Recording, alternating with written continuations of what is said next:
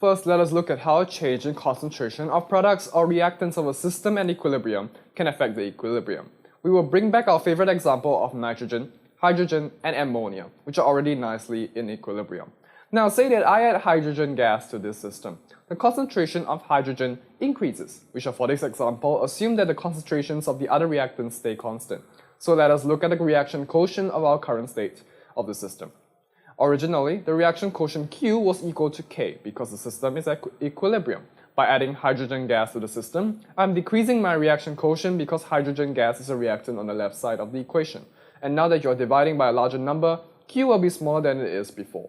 From the previous lesson, you've learned that when Q is smaller than K, it means that there are too little products that the system can allow for at equilibrium, and therefore the reaction will proceed to the right to compensate for the increase in reactants.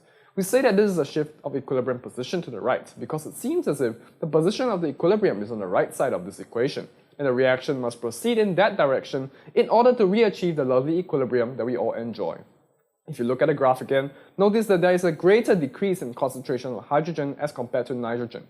This is because of the stoichiometric ratio of the reaction, where 1 mole of nitrogen will react with 3 moles of hydrogen, meaning that hydrogen is consumed at a much higher rate than nitrogen. What if instead of adding hydrogen, I add ammonia instead? You can apply the same guiding logic. Concentration of products increase, Q increases to become larger than K, reaction proceeds to the left to remove products, equilibrium position has been shifted to the left. And guess what? This is what Le Chatelier's principle predicts.